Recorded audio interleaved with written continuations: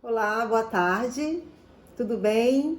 Já agradeci a vocês que assistiram a nossa última aula sobre a importância de usar os balés de repertório na sua aula de balé. E já quero te convidar para ficar ligado nesse vídeo até o final, porque hoje nós vamos falar sobre a estrutura de uma aula de balé. Claro, com essa pegada, a temática dos balés de repertório. Quero aproveitar, enquanto as pessoas aparecem aqui na nossa aula, através de live, tanto no Instagram e também no YouTube. Quero te convidar para você nos seguir nas redes sociais, aqui no Instagram, no Facebook também, tá? Nós também estamos no YouTube, então aproveita, dá uma conferida, se inscreve no canal, curta também nossas publicações, para que assim ela possa aparecer para mais pessoas. Lembrando que a gente também tem um canal no Telegram, lá a gente tem uma conversa com os participantes, porque é um grupo onde eu falo e os participantes também têm voz e vez. E a gente vai falar agora sobre esse tema, que é a estrutura de uma aula de balé. Lembrando que toda aula tem um conteúdo, tá? E esse conteúdo eu coloquei ele organizado através de uma apostila. São 2 páginas, mas que traz tudo isso que eu falei, que eu vou falar aqui para vocês, e um pouquinho mais. Então, se você quiser ter acesso a esse material, você pode me enviar o seu e-mail logo após você assistir todo o vídeo. Aí você escreve o seu e-mail nos comentários, para que a gente possa te enviar esse material, te presentear com esse material. E se você perdeu a última aula, não se preocupe, eu vou te enviar o material da nossa última aula, a aula 1, e também vou te enviar o material da aula de hoje, a aula 2, tá bom? Então vamos lá. A gente sabe que uma estrutura de balé clássico, ela é dividida em basicamente 2 partes, a barra e o centro. Mas isso é de um balé acadêmico, onde o conteúdo programático do balé clássico, a técnica, como a gente fala, né, propriamente dita, é apresentada para as crianças. Isso ali depende muito de cada escola, depende muito de cada lugar. Posso falar aqui pela minha prática, pelo que acontece na minha escola, mas isso vai ser diferente em cada escola. Coloca nos comentários como é na sua escola, se você costuma dar aula 2 vezes por semana, aula 3 vezes por semana, tudo isso depende, vai depender da formação, como você organiza as suas aulas e dá as aulas para os alunos, vai depender como você distribui esse conteúdo programático e, consequentemente, o desenvolvimento dele para entrar em um novo nível, tá? As aulas propriamente de técnica clássica, elas representam um outro nível de um aluno. Porque até então essa criança ela precisa trabalhar a sua coordenação motora. Ela precisa trabalhar o seu lado direito do corpo, o seu lado esquerdo, essa combinação, né, de exercícios entre ambos os lados. Ela precisa também trabalhar a parte superior do corpo, a parte inferior do corpo e combinar esses movimentos de forma harmoniosa e sincrônica. Então, tudo isso é trabalhado ali nessa fase que antecede a técnica do balé clássico.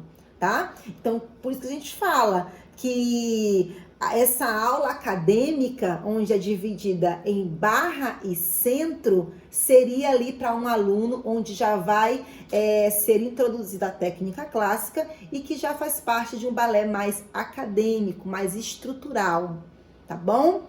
E tem uma frase que eu gosto muito do Flávio Sampaio, que eu costumo falar muito para os meus alunos. Porque tem aluno que não gosta muito de barra. Quando você demora mais que 20 minutos na barra, ele já reclama, ele quer ir para o centro, né?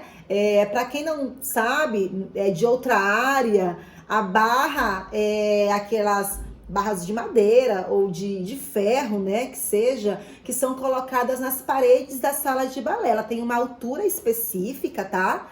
Elas costumam ali, uma sala que é para crianças, costuma ter 90 centímetros de altura, e para uma barra mais para adultos, 1,10 m, depende muito de quantas barras você vai ter na sua sala de aula. Na minha escola, a barra é dupla, a barra mais baixa tem 90 centímetros e a barra mais alta tem 1,10 m de altura.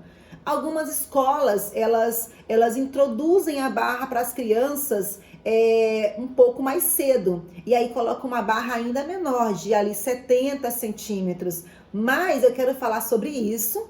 E antes eu quero fundamentar a minha fala nessa frase de Flávio Sampaio, que diz: é na barra que o bailarino se prepara fisicamente e tecnicamente, e sem sua execução dificilmente seria capaz de enfrentar as dificuldades técnicas encontradas hoje no balé clássico e em outras danças, tá? Essa frase faz parte do livro Balé Essencial de Flávio Sampaio, e lá no grupo do Telegram, depois que acabar essa aula aqui ao vivo, eu vou colocar a foto desse livro para vocês adquirirem e procurarem, enfim.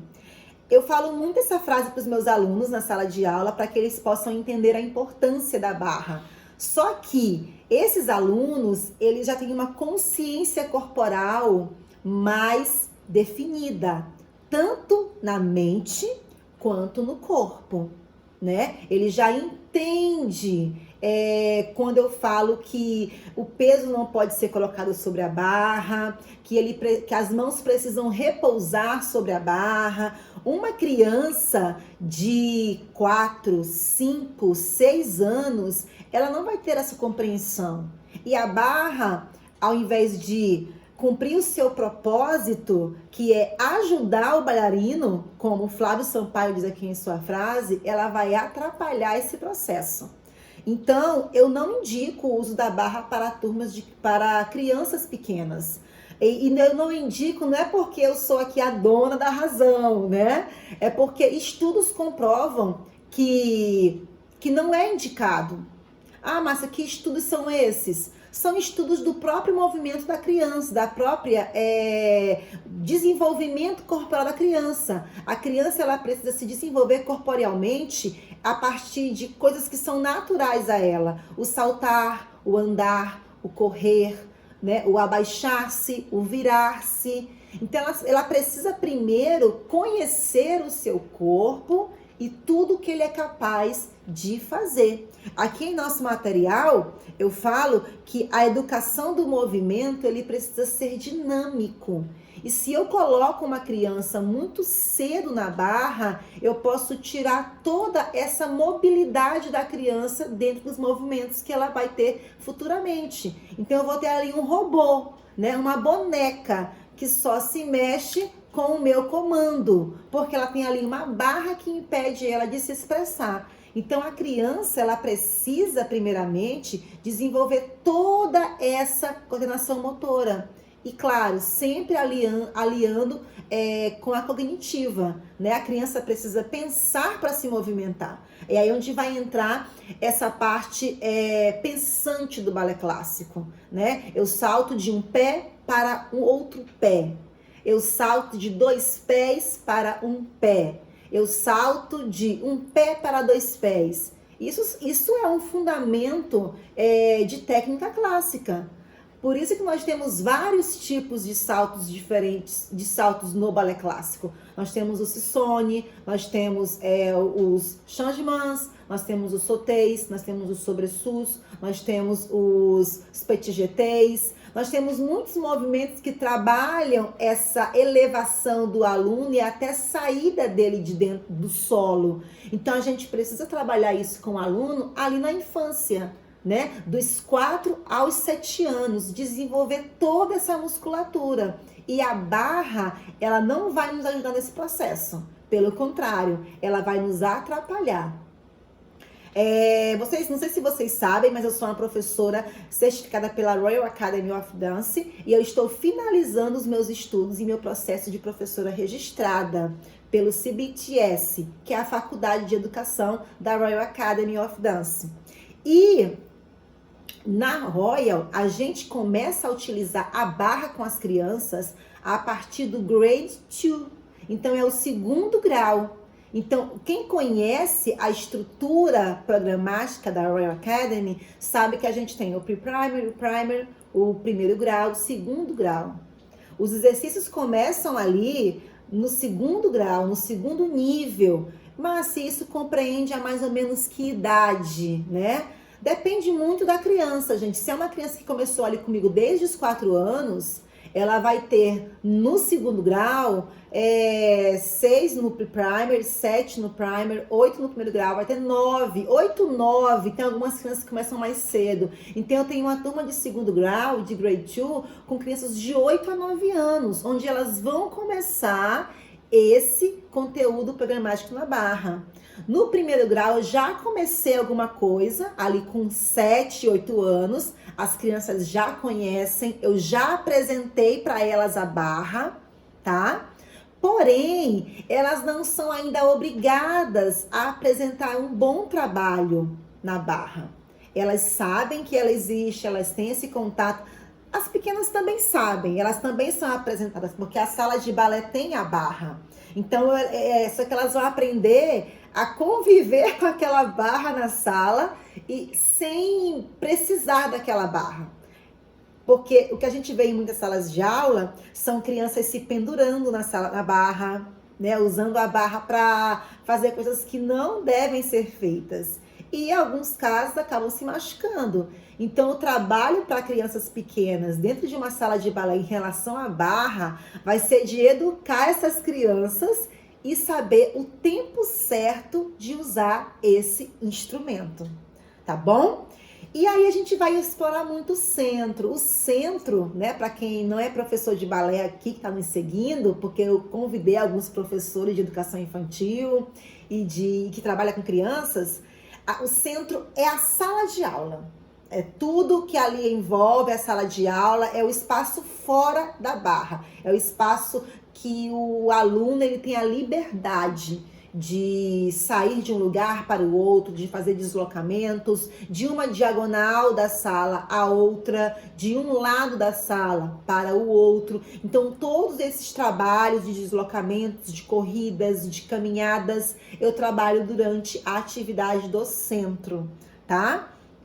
E essa aula acadêmica é bem conhecida por todos, que é dividida entre barra e centro, ela vai ser um pouco diferente para o balé infantil. E aí eu apresento essa estrutura na segunda página da apostila especial que eu preparei para essa aula de hoje, tá? Isso aqui não é coisas que eu vi em livro, essa parte aqui, ela é fruto do meu conhecimento, da minha experiência. E aí eu escolhi esses nomes, esses termos, porque é isso que de fato eu faço na minha sala de aula e que eu venho apresentado a dezenas de professores há 4 anos através do meu curso de metodologia em balé clássico infantil, tá bom? A estrutura de uma aula de balé clássico infantil, como eu dividi nas minhas turmas, ela se divide em 3 partes, 3 grandes partes, na verdade, né? Porque dentro dessas 3 grandes partes, eu posso ainda dividir em partes menores. A primeira parte é aquele momento do alongamento e do aquecimento. Só que eu não vou trabalhar isso de uma forma exaustiva, cansativa, repetitiva, né? E extensa. Eu vou trabalhar isso de uma forma mais dinâmica, curta, dependendo de cada fase de cada turma, de cada idade, né? Se você estudou um pouquinho sobre fases do desenvolvimento infantil, você sabe que cada idade, cada criança tem uma fase de maturação. e tem um tempo de reter a atenção. A gente tem que ter conhecimento desses conceitos, para que a gente não possa extrapolar esse tempo. Por isso que as turmas de balé clássico, de qualquer outra atividade, devem ser formadas por turmas, né? E turmas que vão ali colocar as crianças de idades diferentes em um grupo específico para cada atividade, porque cada idade tem uma área, tem um grau de maturação, um grau de atenção, um grau de aprendizagem diferente do outro. E nessa parte de alongamento e aquecimento, eu não vou só fazer aquecimento e alongamento. É a primeira parte da aula, eu posso chamar de primeira parte, onde eu vou ter também a chegada desse aluno, eu vou ter essa acolhida. Então, eu sempre faço isso em roda, no centro da sala, tá? É ali naquela roda onde eu já aqueço, eu já alongo, eu já converso com as crianças. Algumas crianças chegam um pouco atrasadas, então naquela roda todo mundo está acolhido. Eu, como professora, posso ver todo mundo, né? E todos eles têm a mesma visão de mim. Então, isso favorece o aprendizado. E também trabalho um outro tópico chamado socialização, muito importante no início do ano letivo ou quando chega um novo aluno. Então, esse momento, que é a primeira parte, que você pode chamar de alongamento e aquecimento, também você pode colocar ali o momento da acolhida, tá? E também o momento dos jogos cantados. Os jogos cantados é uma parte muito importante da aula, onde a gente vai trabalhar ali através de canções, a gente vai cantar com a criança e trabalhar a oralidade, tá? No meu curso de metodologias do ensino do balé clássico, eu explico sobre isso muito bem. E em breve eu vou abrir inscrições para esse curso e você vai poder fazer e ter esse conteúdo aí todo para você aplicar nas suas turmas, na sua escola, tá? A segunda parte da nossa aula seria a parte das atividades psicomotoras e a parte também da técnica do balé. Como assim atividades psicomotoras? Ora, se eu falei anteriormente para você que até os 7 anos de idade, dos 4 aos 6, 7 anos, eu não vou ali colocar a técnica da criança precisamente, né? Não vou empurrar aquele conteúdo, aquele andeor, toda aquela parte que cobra muito do físico da criança, que ainda não está preparado. Eu vou trabalhar através de atividades psicomotoras, né? Psico, porque tem a ver com a mente, com a imaginação, com o pensar, e motoras, porque tem a ver com o corpo, né? Lateralidade, coordenação motora fina, ampla. E a gente vai combinar atividades que trabalhem toda essa parte motora da criança, claro, sempre interligando com a técnica clássica, a técnica do balé. Afinal de contas, é uma aula de balé. Não é uma aula, se fosse de jazz, se você é professor de jazz, você vai relacionar essas atividades psicomotoras com a metodologia do jazz. Se você é um professor de street dance, você vai trabalhar essas atividades psicomotoras junto com o conteúdo programático do street dance. Se você é um professor de capoeira, que está por aqui, né, de judô, de artes marciais, da mesma forma, você vai trabalhar as atividades psicomotoras que você vai ali propor para o seu aluno, são atividades psicomotoras que tragam a metodologia da disciplina que você quer ensinar para esses alunos. Por exemplo, Márcia, que eu não entendi muito bem. Você quer ali, eu quero ensinar para os meus alunos o sauté, né? É um salto de 2 pés para 2 pés.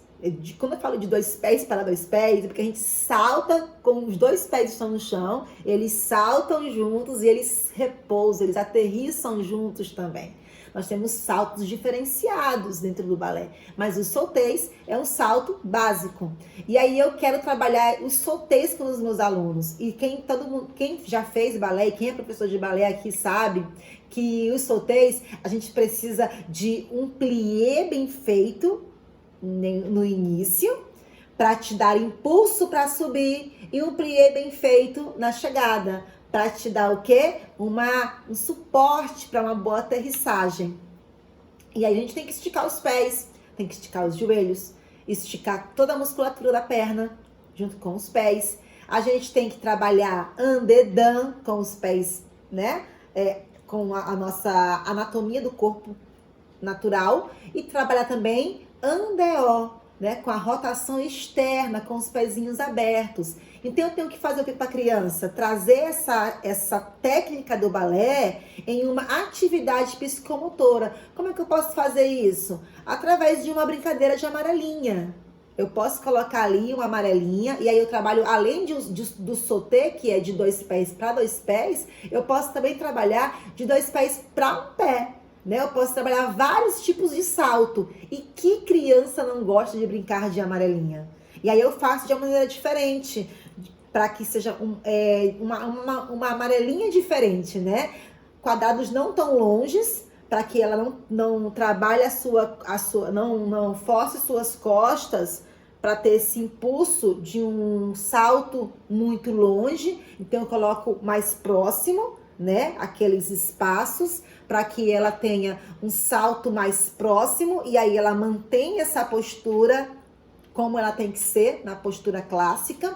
Então eu vou colocando pequenos fundamentos da técnica clássica, do balé clássico, dentro dessa atividade psicomotora, que é o quê? Uma amarelinha.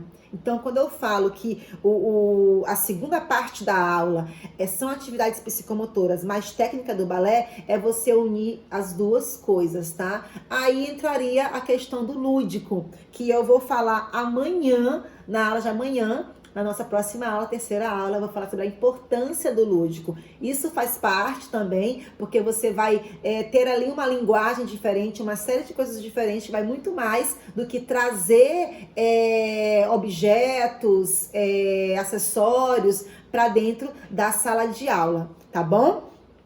Essa segunda parte, trazendo para a temática dos balés de repertório, a gente pode trabalhar mais um fundamento, que seriam as pantomimas. Eu falei ontem, né, para vocês sobre as pantomimas, que é algo muito importante dentro dos balés de repertório, e que os alunos vão trabalhar a sua expressão facial. Ali você já vai trabalhar também a criatividade do aluno. Então você pode, na segunda parte da aula, trazer uma atividade psicomotora que trabalhe as expressões, a pantomima e, junto com isso, a técnica clássica.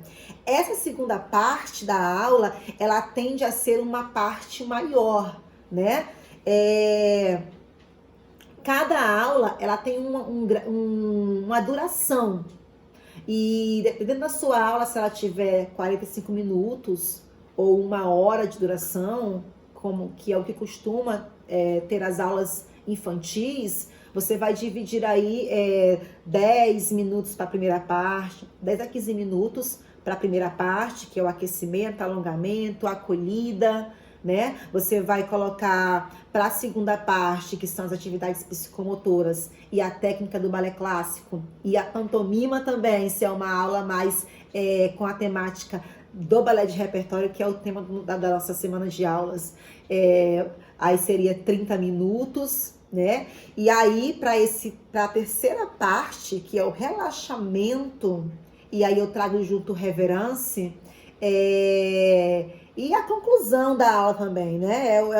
Vai ser ali o encerramento, o fechamento dessa aula. Você reserva aí mais uns 15 minutos, se a sua aula tiver 1 hora de duração, né? 15 minutos ali para o começo, meia hora para a parte, segunda parte, que é a maior parte, e 15 minutos para o encerramento, para conclusão, reverência e relaxamento. Se a sua aula for de 45 minutos, aí você precisa organizar de forma com que o primeiro tempo ele seja mais ou menos do mesmo tempo do segundo momento, do terceiro momento, e a maior parte do tempo da sua aula seja o segundo momento, tá? A segunda parte da aula. Essa parte do relaxamento e o reverence, quando eu era apenas professora de educação infantil, sim, eu já fui professora de educação infantil. Antes de ser professora de português e literatura, como eu falei na nossa última aula, eu fui professora de educação infantil, tá? Eu fui professora do Jardim 1, do maternal, e até o Jardim 2, durante 5 anos da minha vida. E aí, toda essa experiência da pedagogia, eu trouxe também para o balé clássico, tá bom? E quando eu dava aula de educação infantil, eu chamava esse momento do momento da calmaria. A gente não vai entregar para as mães uma criança agitada depois de uma aula de sotês, de fazer ali amarelinha o tempo todo. Elas estão agitadas, elas estão ali, né, com sangue fervendo, como a gente pode dizer. Então a gente tem que trazer essas crianças à calma. Esse é um termo assim muito usado na educação infantil, trazer as crianças à calma.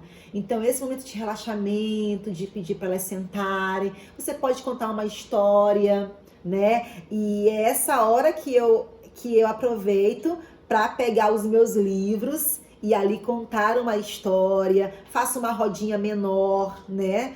Para que elas possam estar mais próximas a mim. E aí eu vou contando essa história para elas.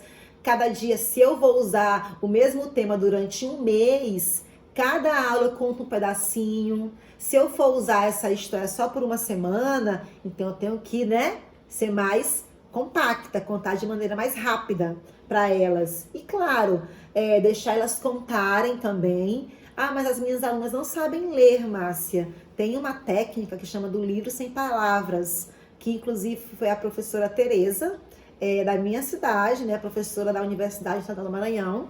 Ela tem um livro chamado Livro Sem Palavras, onde ela traz vários fundamentos. Eu não tenho esse livro, mas eu vou atrás dele e mostrar depois para vocês no grupo do Telegram, tá? Para que vocês possam ter esse conhecimento também. É um livro incrível. Eu tinha esse livro, eu vou procurar, tá? Ele não está na minha biblioteca aqui atrás de mim. Vou procurar esse livro para compartilhar com vocês, porque é um assunto muito legal. E as crianças aprendem muito com esse conceito.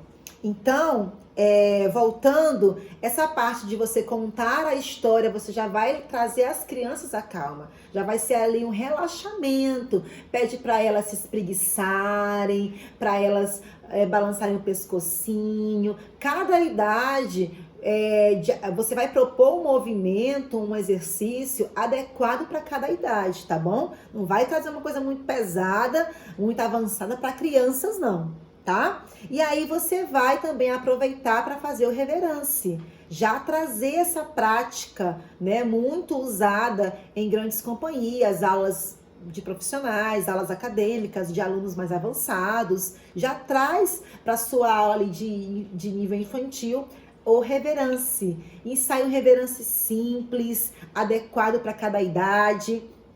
E aí é o momento da aluna agradecer, momento de respeito do aluno com o professor. Então, tudo isso são vários valores que vêm agregados com reverência. Muito mais que aprender uma saudação para você fazer no final de uma apresentação. Tem muito mais valor do que isso, tá? E, gente, uma coisa importante que eu quero falar para finalizar na sala de hoje é que essa estrutura, ela é feita nas minhas aulas de balé infantil, qualquer aula, tá? Ela segue essa mesma estrutura. Porém, nas aulas de balé de repertório, com a temática de balé de repertório, vai entrar a parte das pantomimas, como eu já falei na segunda parte, vai entrar o livro ali do repertório que você está usando naquele mês, na parte do reverence, do relaxamento, que é a terceira parte. Mas uma coisa importante para pontuar é que cada parte da aula tem que estar conectada. Essa é a grande sacada das aulas temáticas, independentemente do tema que você vai trabalhar, e especialmente das aulas com os temas de balés de repertório. Você precisa conectar todas as partes a um único tema. E eu não falo somente, eu vou falar sobre isso amanhã e na última aula dessa série, né, sobre o ambiente, cenários, materiais lúdicos, mas é muito mais do que materiais lúdicos e cenários, e você está vestida da personagem. É de fato o seu aquecimento, o seu alongamento, a sua acolhida, as atividades psicomotoras, a música que você vai usar, a técnica clássica e o final, que é o relaxamento e reverência, estarem conectados com o mesmo tema. Esse é o grande objetivo da aula temática. Se a criança ela não entendeu a temática da aula na hora que ela chegou, ela vai entender no decorrer da aula, tá? E essa aula show que você tem que apresentar, né? Que você vai ali dar uma lembrancinha para a criança, vai mandar um convite especial. Ela tem que ser aula de culminância, de encerramento. A criança não vai aprender em uma aula sobre um repertório inteiro. Nem a gente que é adulto é capaz disso. A gente precisa de um tempo para absorver o repertório e todas as possibilidades que ele nos dá. Então, o aluno, eu diria que seria ali de 15 dias, uma quinzena a um mês. Se você tem aula uma vez por mês com esse aluno, seria um mês, tá? Trabalhando no mesmo repertório. Claro, de maneiras diferentes, como falamos ontem, tá? Como falamos na nossa última aula. Mas trabalhar esse repertório bem para que o aluno de fato ele entenda, porque esse é o objetivo da aula estruturada dessa forma, tá bom? Então é isso, eu acredito que eu falei tudo que eu tinha para falar. Se vocês gostaram dessa aula, me digam, me deixem saber se vocês gostaram da aula, tá? Se vocês tiverem mais temas também sobre aulas temáticas, sobre estruturas de aula, se a sua aula funciona numa estrutura diferente, me conta, eu quero saber. Aqui também é um laboratório, a gente conhece outras estruturas para juntar as nossas e aí a gente tem um novo resultado, tá bom? Então coloca nos comentários para eu saber de tudo isso, para saber o que você está achando. E não esqueça, gente, eu quero dar 3 recados muito importantes nessa hora, tá? Não sai ainda. Não esqueça de, primeiro, compartilhar esse vídeo com os seus amigos, tá? Principalmente amigos professores, amigas professoras, compartilha esse vídeo, tá bom? Se você realmente gostou, compartilha esse vídeo. E claro, curta, comente, me deixa saber que você realmente gostou. Segundo recadinho é que esse material aqui, ó, tá esperando por você. Deixa o seu e-mail nos comentários para que eu possa te enviar esse material. E o terceiro recadinho é o nosso grupo no Telegram, o link para você participar desse grupo. Ele está em 2 lugares. Se você está me ouvindo no Instagram, ele está no nosso link da bio. Vai lá, depois que encerrar essa aula, acessa lá e já entra, participa do grupo. E se você está me assistindo pelo YouTube, o link está na descrição desse vídeo, tá bom? Então é isso. Compartilhe nossa página para os seus amigos e vamos fazer esse conteúdo chegar a muito mais pessoas. Um beijo para vocês, uma ótima tarde, um ótimo dia e a gente se vê na próxima aula. Tchau!